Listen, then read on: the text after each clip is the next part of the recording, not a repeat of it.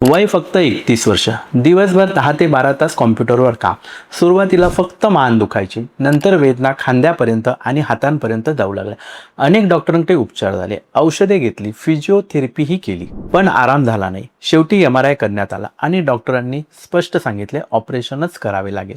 पण एवढ्या कमी वयात ऑपरेशन करण्याची घरच्यांची व रुग्णाची तयारी नव्हती आणि त्या शोधात हा रुग्ण वाघोली आयुर्वेद क्लिनिकमध्ये आला. आता आपण या रुग्णाचा MRI रिपोर्ट समजून घेऊयात. या रिपोर्टमध्ये C5 C6 लेवलवर डेझिकेशन म्हणजे डिस्कमधील पाण्याचे प्रमाण कमी झाल्याचे दिसत आहे. याच ठिकाणी ब्रॉड बेस पोस्टेरियल आणि राईट पॅरासेंट्रल डिस्क बल्ज म्हणजे डिस्क मागच्या बाजूने आणि उजव्या बाजूला फुगली होती.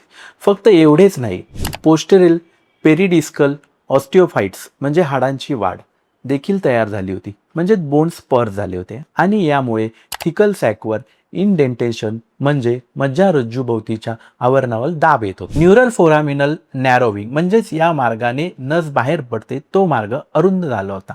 राईट C6 नर्व रूट तर मॉडरेट कॉम्प्रेशन आणि लेफ्ट C6 नर्व रूट तर माइल्ड कॉम्प्रेशन दिसत होते. याशिवाय C4 C5 लेवलही mild disk bulge होता आणि विशेष म्हणजे होल स्पाइन स्क्रीनिंगमध्ये L4 L5 डिस्क बल्ज तसेच L5 S1 डिस्क बल्ज आणि ॲन्युलर टियर देखील दिसून आला होता. रिपोर्ट पाहून उपचार सुरू करणे हा आमचा दृष्टिकोन आहे. वाघोली आयुर्वेद क्लिनिकमध्ये आम्ही सर्वप्रथम रुग्णाची संपूर्ण तपासणी करतो.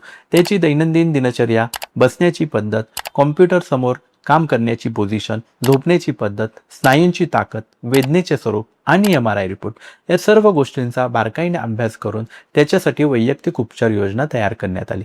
या रुग्णाला आयुर्वेदिक औषधांसोबतच पंचकर्म उपचार सुरू करण्यात आले. यामध्ये मन्याबस्सी ज्यामुळे मानेच्या भागाला आवश्यक स्निग्धता व पोषण मिळाले, षष्टिक पिंडसेत ज्यामुळे स्नायूंचा ताण कमी झाला, रक्ताभिसरण सुधारले आणि स्टिफनेस कमी झाला, जलौकाउचरण म्हणजेच लीच थेरपी ज्यामुळे स्थानिक दाह, लोकल सूज आणि वेदना कमी करण्यास मदत झाली. यासोबतच योग्य व्यायाम, पोश्चर करेक्शन आणि जीवनशैलीत आवश्यक बदलही सांगण्यात आले. विशेष म्हणजे हे सर्व सुरू केल्यावर फक्त 6 ते 7 दिवसांच्या उपचारानंतरच रुग्णाला वेदनांमध्ये लक्षणीय फरक जाणवू लागला.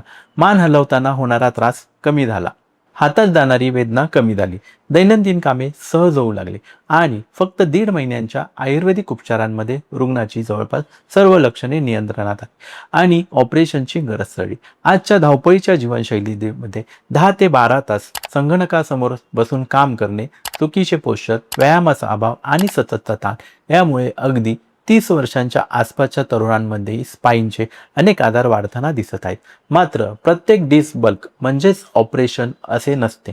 योग्य तपासणी, योग्य निदान आणि अनुभवी डॉक्टरांच्या मार्गदर्शनाखाली आयुर्वेदिक औषधे, पंचकर्म, जीवनशैलीतील सुधारणा आणि आवश्यक व्यायाम यांच्या मदतीने अनेक रुग्णांना चांगला आराम मिळू शकतो. जर तुम्हालाही मानदुखी, हातात झिंझिण्या, खांद्यात वेदना, डिस्क बल्ज, सर्व्हायकल स्पॉन्डिलोसिस किंवा MRI मध्ये डिस्क बल्ज आढळला असेल तर वेळेवर योग्य सल्ला घ्या.